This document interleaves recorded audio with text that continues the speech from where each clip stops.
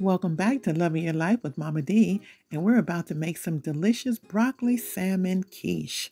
Oh yeah, come on, let's get to it. First, you're going to need one pie crust. It can be ready-made or you can make it yourself. 4 eggs, 2 slices of salmon, some seafood seasoning, some cherry tomatoes, a small onion, some broccoli, I prefer fresh, some mozzarella and cheddar cheese. And you're going to need a pie pan, and you'll need some seasoning salt. I use roasted garlic, rosemary, sea salt. And then you're going to just use that seafood seasoning to season your salmon and get it into a skillet with some olive oil. In a separate skillet, take that onion, chop it up real good, put some more olive oil in there. Now you want to take your onions and get them into the skillet before it gets too hot and start to cook them down.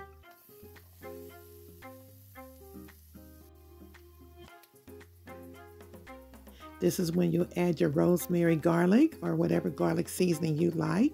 Go ahead and put it on those onions and begin to just stir them around and toss them so that all those good flavors can get in there, and you're going to have yourself a wonderful dish. You just kind of want to caramelize them. They don't have to be totally soft.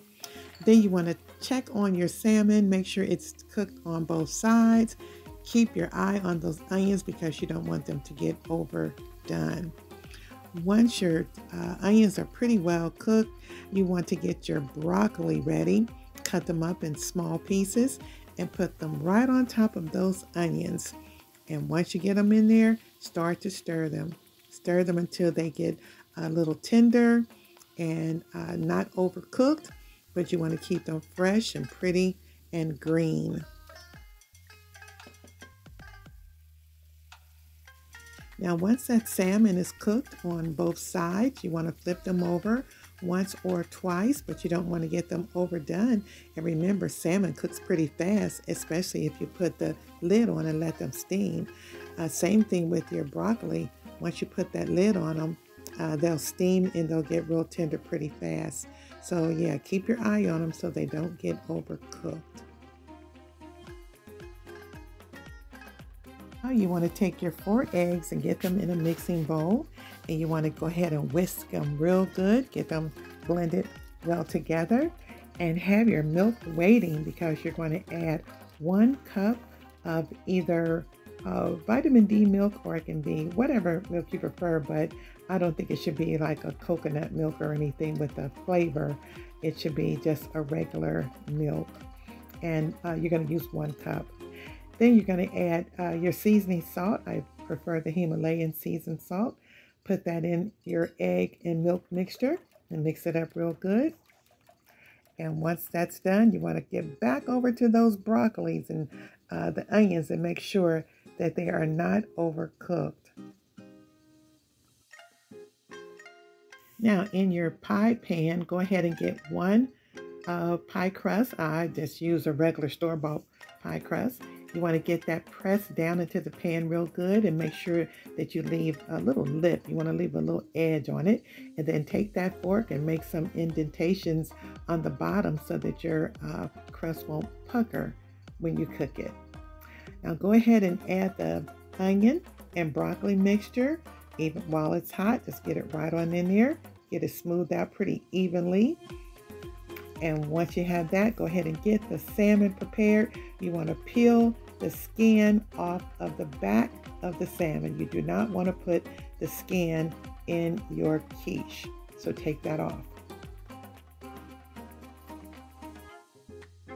Now you want to break that salmon up. Just use a fork or a knife. Just get it into some nice bite-sized pieces, and be sure to save a little corner for yourself because you might want to just munch on that. And now once you get everything into the pie pan, all your salmon and everything, go ahead and add your egg and milk mixture. And you do not want to overfill it. Just make sure you leave a little room because you have to now add your cheese. I chose to use cheddar cheese. That's probably about a 1/2 cup of cheddar cheese, shredded. and you want to press that down in. And then you want to get your mozzarella cheese, about a half a cup as well. Smooth it out and press it down into your milk and into the entire casserole. You can actually blend it with the milk if you want, but I prefer just to press it in. What's the occasion?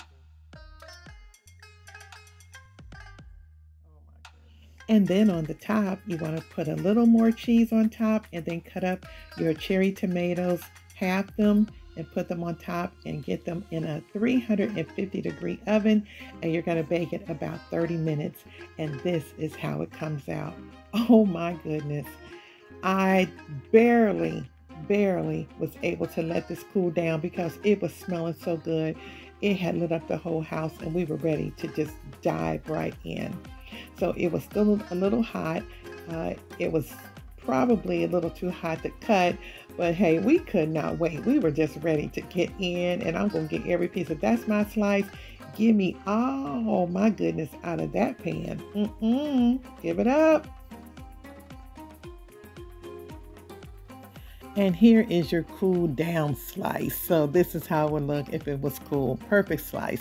Hey, thanks so much for watching. Don't forget to like, subscribe, share, and ring that notification bell.